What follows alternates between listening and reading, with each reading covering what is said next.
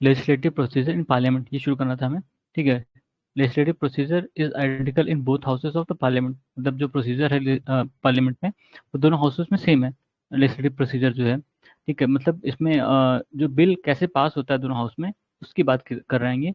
तो बिल के कुछ स्टेजेस हैं और हर हाउस में वो होते हैं। जैसे एक हाउस से रीडिंग हुई, एक रीडिंग, दो रीडिंग, तीन रीडिंग, फिर पास होता है, फिर मतलब उसमें वोट होती हैं, फिर उसके बाद दूसरे हाउस में जाएगा, फिर उसमें वही प्रोसेस दोहराया जाएगा।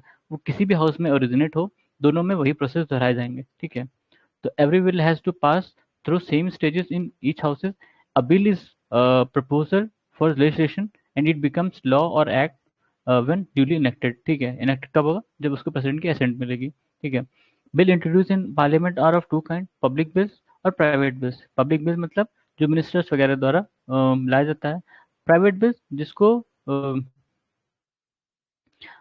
क्या कहते हैं कि कोई मेंबर लाता है, private member, MP, other than minister, ठीक है। वो मतलब रूलिंग पार्टी का हो सकता है या अपोजिशन पार्टी का हो सकता है, ठीक है।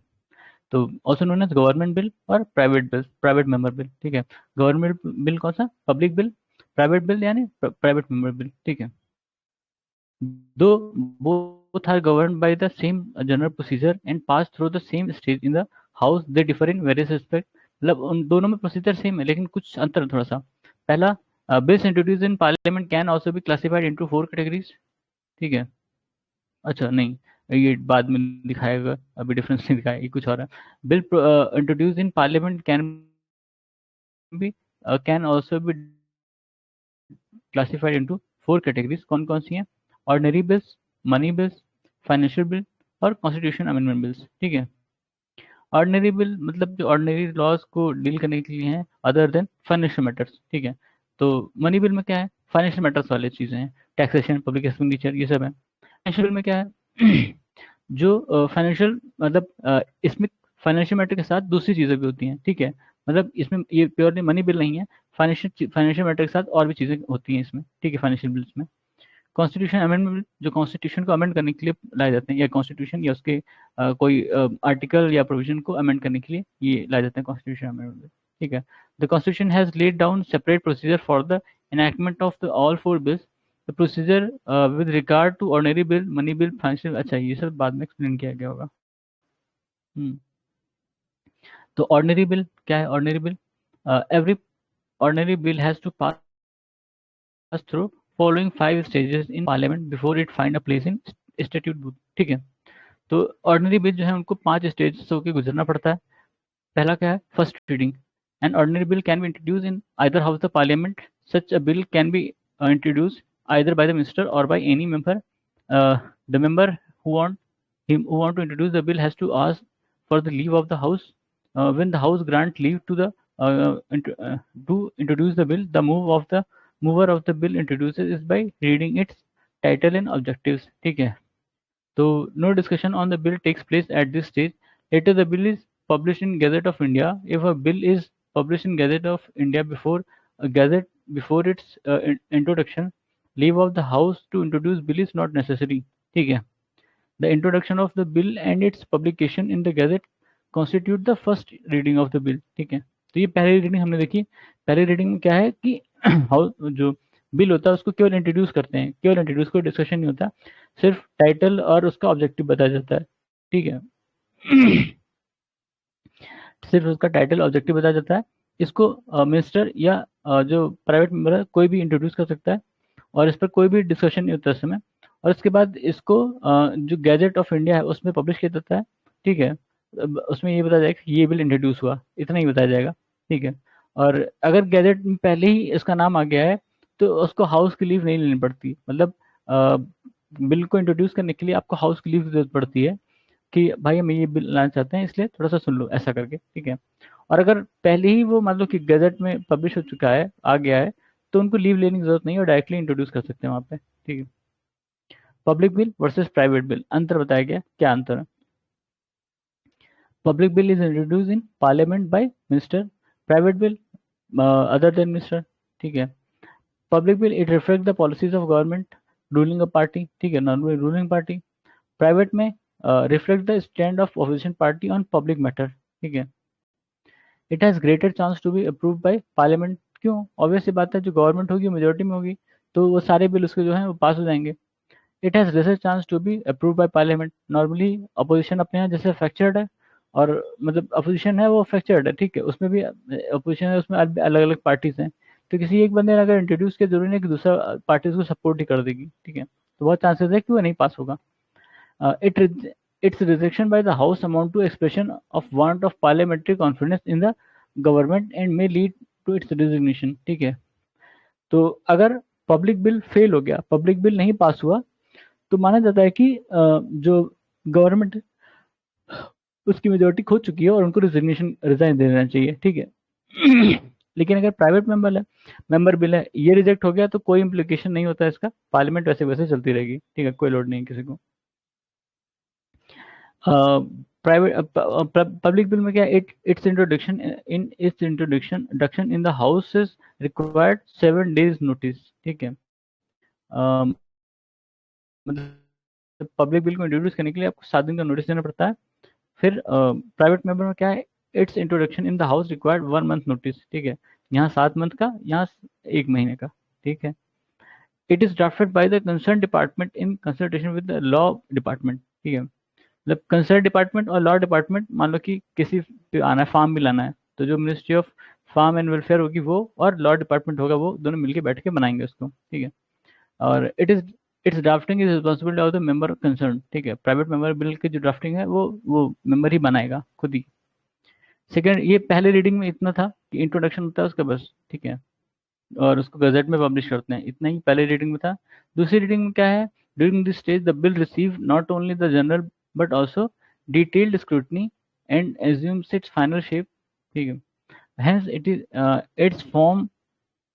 it forms the most important stage in enactment of the bill. In fact, this stage involves 3 sub-stages, namely stage of general discussion, committee stage और constitution stage, ठीक है।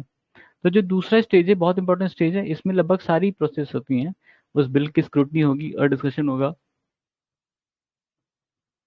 ठीक है, लगभग लगभग उस बिल का फाइनल स्टेज मान लिया जाता है इसमें।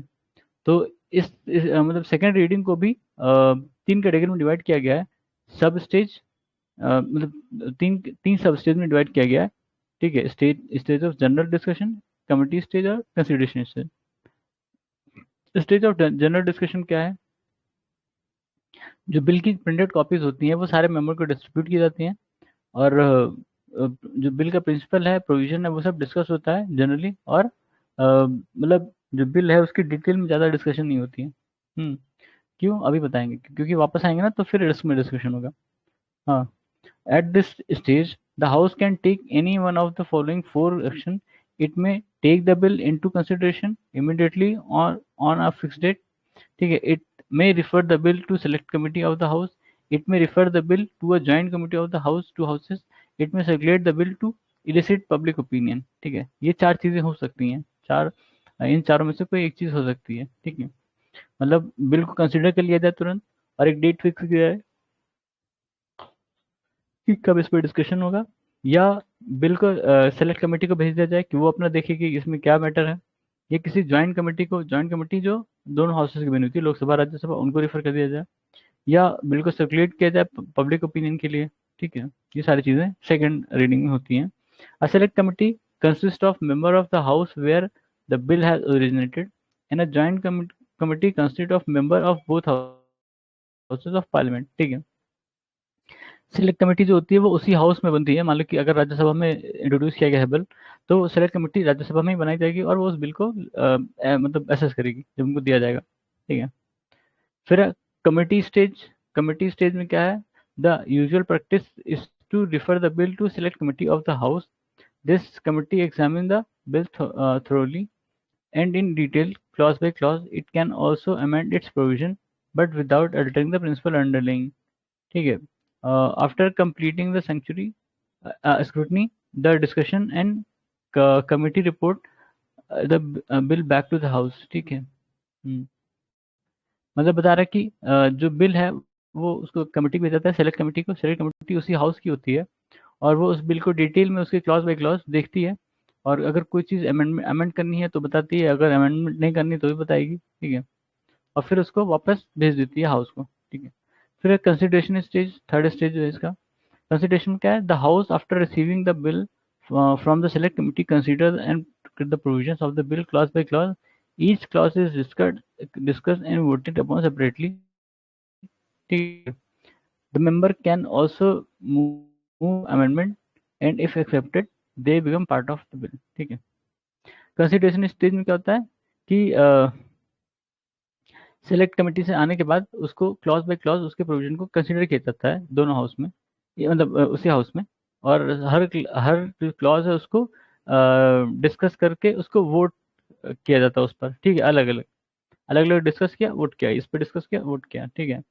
फिर इस पर जो अमेंडमेंट, मतलब अगर अमेंडमेंट आने तो मेंबर, कोई भी मेंबर अमेंडमेंट ला सकता है, और एक्सेप्ट हो गया तो अमेंडमेंट मान ली जाएगी, उस बिल का हिस्सा मान ली जाएगी, ठीक है। थर्ड रीडिंग क्या है, at this stage debate is confined to acceptance or rejection of the bill as a whole and no amendment are allowed, ठीक है। थर्ड स्टेज में क्या है कि उसको एक्सेप्ट रिजेक्ट बिल जो होता है उसको एक्सेप्ट रिजेक्ट करने की बात होती है, उस पर कोई भी डिस्कशन मतलब अमेंडमेंट अलाउ नहीं होता इस चरण पर, क्योंकि माना जाता है ना कि सिलेक्ट कमेटी को चला गया और लोगों ने भी डिस्कस कर लिया, तो अब इसमें कुछ रहा नहीं अमेंड करने को, सारी चीज ऑलरेडी अमेंड है। If the majority of member present and voting accept the bill is registered as passed by the House. After the bill is authenticated by the presiding officer of the House and transmitted to the second House of the Constitution for the Constitution and approval. The bill is deemed to have been passed by the Parliament only when both houses have agreed to it and either of with or without amendment, ठीक है। Bill in second house, दूसरे house में जब bill आता है तो क्या होता है, सेकेंड हाउस में the bill passes through all the three stages, that is first reading, second reading और थर्ड रीडिंग, ठीक है। ये तीनों रीडिंग सेकेंड हाउस में भी होगा, और इसके अलावा there are four alternative before this house, इन जो नया वाला हाउस होगा, मतलब जो जहाँ पर बिल अभी गया है उसमें उनके पास चार अल्टरनेटिव है कि it may pass the bill as send by the first house without amendment, it may pass the bill with amendment and return to it to the first house for reconsideration. It may reject the bill altogether. It may not take any action and just keep the bill pending, ठीक है। ये चार alternative हैं उस house के पास। पहला कि वो बिल जैसा मिला है उसको वैसे के वैसे पास कर दें, मान लिया जाएगा, ठीक है। बिना अमेंडमेंट के पास कर दिया कि जो भी उन्होंने लोगों ने कहा था वो मान लिया हमने, उस पर पूरी तरह एग्री होते हैं, ठीक है। या उस पर अमेंडमेंट कर सकते हैं और रिटर्न कर सकते हैं दूसरे बिल को, मतलब दूसरे हाउस, पहले वाले हाउस को, मतलब जो बिल आया है उसमें अमेंडमेंट करके उनको सुधार करके वापस आपने पहले हाउस भेज दिया कि देख लो भाई हमने अमेंडमेंट किया है, अगर मन हो तो उसको इनकॉर्पोरेट करो वरना देखेंगे कुछ सजेशन, ठीक है।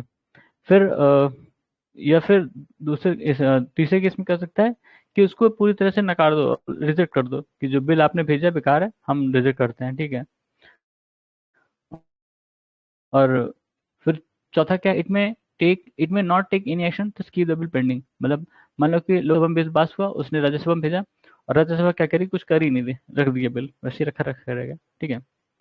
If the second house passes the bill without any recommendation, without any amendment, or first house accept the amendment suggested by the second house, the bill is deemed to have been passed by the both houses, uh, and the same is sent to president for his assent, ठीक है।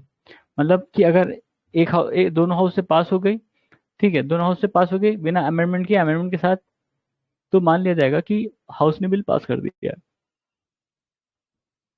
अब bill को वो क्या कहते हैं, president के पास भेजेंगे कि असेंट दे दें प्रेसिडेंट, ठीक है। On the other hand, if the first house reject the amendment suggested by the second house of the or the second house reject the bill altogether, or the second house does not take any action for 6 months, the deadlock is deemed to have taken place. To resolve a deadlock, the president can summon a joint sitting of the two houses. If the majority of the member present and voting in the joint sitting approve the bill is deemed to have been passed by the both houses, ठीक है। मतलब इसमें कह रहा है कि जैसे एक कंडीशन थी कि दोनों हाउस ने बिल पास कर दिया, इसने जो पहले वाला अमेंडमेंट सुझाया उसने दूसरा वाला मान लिया और उसको वैसे ही पास कर दिया, ठीक है, चलो। लेकिन अगर क्या होता है कि जो अमेंडमेंट दूसरे वाले हाउस ने सजेस्ट किया है पहले वाले ने नहीं माना, ठीक है। या मान लो कि बिल को जो जैसे मान लो एक हाउस में पास हुआ और दूसरे हाउस में हमने बिल भेजा, तो दूसरे हाउस ने मना कर दिया कि नहीं हम कुछ इसमें करेंगे, मतलब इसको नहीं पास करेंगे। या आपने बिल भेजा एक हाउस से दूसरा हाउस, और दूसरा हाउस क्या कर रहा है, उस पर बैठ जा रहा है, उसको कुछ काम नहीं कर रहा उस पर, ठीक है। तो इन केसेस में माना जाएगा, इन तीन केसेस में, कि एक डेडलॉक बन गया है और उसको हटाने के लिए कुछ ना कुछ करना पड़ेगा, ठीक है।